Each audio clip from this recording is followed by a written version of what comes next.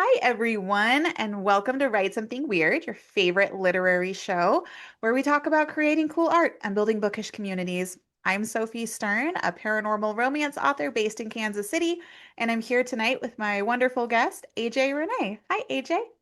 Hi guys. So good. Thank you for having me. Yeah, thanks for being here. So, AJ, we have done a lot of book signings together. And it's been really fun over the years to see your collection of published works grow. I think that's really awesome. Can you tell us about your latest release or what's coming out for you?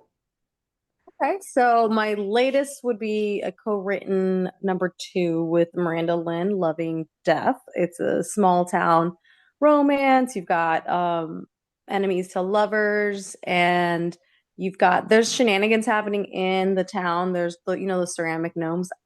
Miranda and I are both fans of it. So we have Okay. somebody in the town who is dressing them up and adjusting them and putting them in sometimes obscene situations. Think a Okay. daisy between the butt cheeks type of situation. Okay. Okay. So that one's kind of been like our little rom-com, nice, light, easy, contemporary. And then I've got Black Widow Security, my first one. It's a spin-off off of my very first series, the Same Floor series. So we're finally gonna get to see the Widow Security team and how they're gonna get their love interests. So Web of Okay. Abuse is the first. So, what's the biggest challenge with writing a spin-off series? Remembering everything that you left behind. And I would also say if you accidentally like pigeonhole yourself and then you're like stuck, especially if that previous thing has already gone live. Okay, yeah, no, that makes a lot of sense. So, what do you do to kind of stay organized with that? So I've gotten a little bit better about like creating like a series Bible. Oh, cool. And I have a reader who I've got rereading that Same Floor series, and she's making me one for it in case I missed anything. Um, Okay, and then as far as the Black Widow security, it's just really just making my notes for that one. that's really cool. So, when you're co-writing with Miranda, do you two have a shared Bible then? Yeah, it's basically an Excel spreadsheet. And then we've got their names, if there's a nickname, if we put in their age, their description, and then like what book they like appear in or they are in. So it'll help us if Okay. we have to go back in and do a control find. We have Yeah. somewhere to start with. Yeah, no, I love that. I think that having like a series Bible or character Bible can be so helpful, especially when you write as much as you and Miranda do, and having like, I know for me, even being like, wait, have I used this name a lot of times? Do you ever encounter that? I do. With my Black Widow security, there's a guy who's got two sons, and I didn't realize how similar some of the names were. And my editor Okay. is like, that's gonna get confusing. So then I had to go change one of the names to make it a little different because I think I got hung up on J's. Oh yeah. Yeah. I do that too, but I feel like a good editor is so great for like being able to catch those things. Oh, absolutely. I mean, that's what we pay them for. The things that Yeah. we love. Yeah, absolutely. So now when it comes to writing, like we both write romance, when it Mhm. comes to writing romance, senses are important and having like sensory details for our characters, whether they are eating an apple or eating something else, can be really, really important. What do you do to make your stories come alive? So there are times I end up writing out in public, which becomes a problem because I'll find myself moving like I'm trying to describe. Um, so it's kind of what I do is it's the Yeah. let me remember how it feels to move the way that I'm trying to get them to move so that Okay. I'm paying attention more to that sensory of how does it feel? Was that awkward? Would that actually work? Type of thing. Yeah. Do you have, when you're writing a story, whether it's a spicy scene or a not so spicy scene, Do you have sensory details that you start with? Are you like, what does it sound like? What does it look like? Mm, I have to see it in my head. And I Okay. think by seeing it in my head, I put myself in the position of what's happening to then get myself in the how does it feel and Okay. how does it look like from my perspective, what would I be seeing type of thing. Um, which is probably one reason that like the my romantic suspense when I get into some of like the little bit more dicier topics, I don't deep dive. Like I will mention like my lumber pack, there's a sex trafficking ring. Okay. And I try not to deep dive too much because I know I'm gonna feel what those people are feeling. And Oh, interesting. it's not a headspace that I want to put myself in. So I try to Hmm. do enough to do it justice that anybody who has dealt with some kind of trauma that I'm not just completely glossing over it. But at the same time, I also don't want to cause anybody harm by, getting too details with something like trauma like that. Yeah. Well, I think that's really important too, because I think that keeps your story in the story space and not like torture porn. Like, we Yes. really want to make sure that this is something people are enjoying. And like you said, like not getting pushed out of the story. Yeah. So, do you think it's possible for authors or writers in general to like over describe senses, whether that's smell or taste? From a reader's perspective, yes, 100%. Okay. Um, know that I I started getting back into reading. This is way before the writing, and it was through the Harry Potter series. Okay. And my sister had brought it to me, and she was like, "You need to read this." And I think, I was either like a senior in high school or I was like about to go into college. So one of the two. She's Yeah. older than me, and I'm like, "But this is a kid's book," and she's like, "No, Mhm. no, no, you need to read it." And what I liked was she gave me enough detail without it becoming blah blah blah blah blah. Because there's plenty of stories I've read, and I'm like, I did not need that much detail. Like, Yeah. get me into the spot, and then I will fill in the blanks. Because too much, I think you lose the person, you lose their interest. So I Yeah. try to give enough. I try to do the same thing that what works for me. I try to give enough, get you there, and then move forward. I try not to over describe. It's just not my thing. Yeah. Well, I think that's really important to be able to give our readers like that opportunity, as you said, to put themselves in the story and imagine things the way they want to. We're still guiding them, but I think Mhm. that autonomy for readers is also really important. So, how Mhm. can writers keep from over describing or over explaining? Or what do you do to like kind of hold yourself back a little bit?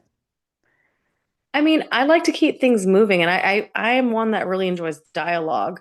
So like, Okay. it's a matter of like giving enough. Like, it was a blue shirt, but like, I'm not gonna go into the depths of the blue unless it's like necessary for the story. Because I Yeah. feel like if it's not necessary for the story, it's kind of like when we have the discussions over spicy scenes, Yeah. what's the difference between erotica to just a spicy scene? And it's Yeah. like, well, did it, progress the story? Was that necessary if you take it out? So it's kind of like same thing with the details. If you over put too many details, like you're beating a dead horse and Yeah.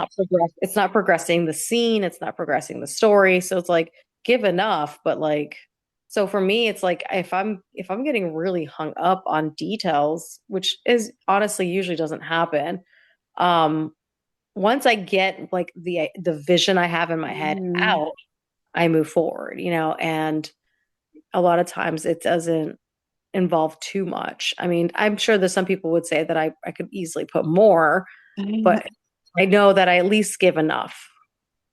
I think that's yeah, I think that's really important. And I love that as a reader when I get enough but not too much. I don't feel like I'm drowning in the author's imagination. And Mm. I think as a writer, there's also a certain amount of us needing to trust our readers to like be smart. and figure out where we're trying to go. Do you agree Yep. with that? I would agree. Yeah. I Because know I feel like if we give too much, it's you're it's almost like you're thinking for them. And like you said, like give yeah, them the credit where it's due. Like they're intelligent individuals. yeah. And I know, like, for me, part of reading a book is kind of getting to like discover the secrets along with the characters too. So I read a lot of like cozy mysteries and thrillers, and I love it when I cannot figure out the ending.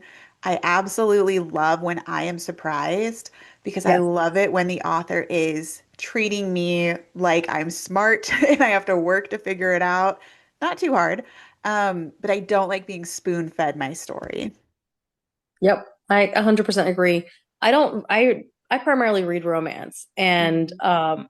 but when I do pick up a thriller or I watch some kind of thriller on like, TV show or a movie and I'm struggling to figure out the whodunit. I love the whodunit. And Yeah. because a lot of times, like, I will call it from the beginning, and my husband just looks at me. He's like, seriously? And I'm like, guess we'll wait and see. Yeah. And when I'm right, he's like, this is annoying. And I'm like, I'm sorry. It was right there. Like, it was so Yeah. obvious. Yeah. We all knew. Okay. You didn't know? Like, what? Yeah. Okay. Good thing we're already married. But yeah, so when it comes to writing or reading or consuming media, I feel like it's actually really, really helpful to do what you said, to like try lots of different types of media, pay attention to those clues, pay attention to those details, and then ask, what can I adopt for my romance novel? Yeah. Um, Especially with like horror, like I feel like horror authors are really good at making us feel uncomfortable, and they have a lot of techniques that we can use to make our characters and our readers feel uncomfortable too. So as an Yeah. author, do you kind of go looking to other media for ideas? I don't know if it's necessary media, but like the real world. Like Okay. there is just some stuff that like you cannot make up. Like Unlucky in Love was my rom-com and there are stories in there that they happen to people I know. And after they Okay. shared with me, I was like, you realize it's going into a story, right? Because I can't even make that up. Like No. I'm going to squeeze that in because that is absolutely absurd. And so that's what I've done. So I think like I love people watching. So like, if I'm in a really crowded area, I love watching them and be like, how did those people come together? Like, what's their story? What's going on with them? Like that person looks like they're upset. What kind of day are they having? And those observations are things that kind of get my creative juices flowing. Yeah. Oh, I love that. So do you and Miranda ever do that together as you're preparing to co-write and kind of like go, look at this person, what's their story? Yeah, we do it in our own little way, yes.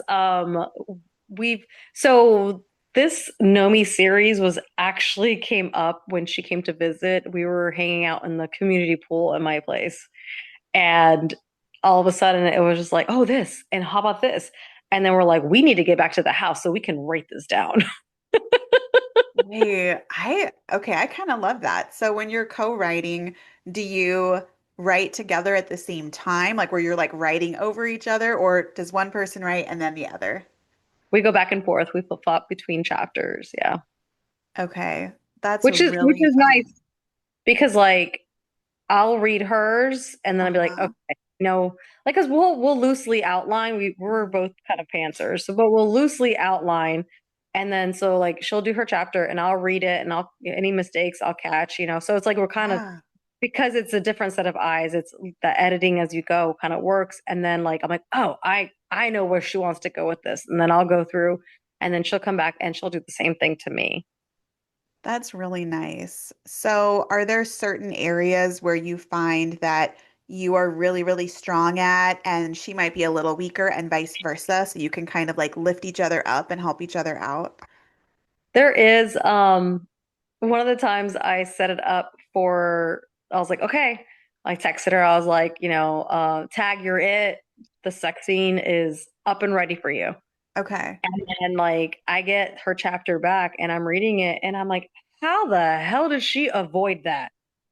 Like, she found a way to completely avoid it and then left it perfect for me to go in. She's like, well, you're much better at it than I am.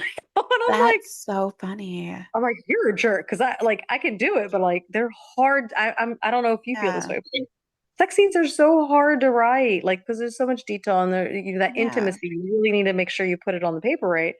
So Yeah. I'm like, why did you do this to me?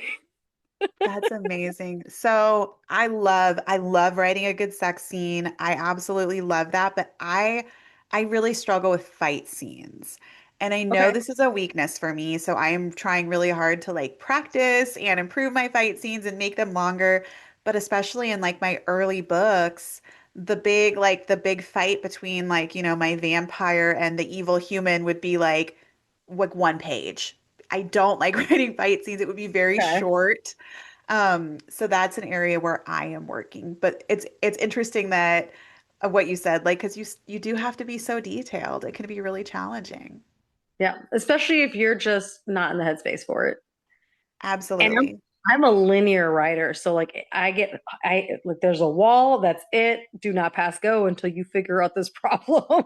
Yeah. So I can't like I know authors who will just be like sex scene and they'll just keep going, and I'm like I can't because what conversation is going to come up between in after Yeah. like all of that like that can definitely affect the whole story. So it's like Yeah. Well, and I think that's a really important thing to bring up because characters do talk, and you can have really key moments in an intimate scene.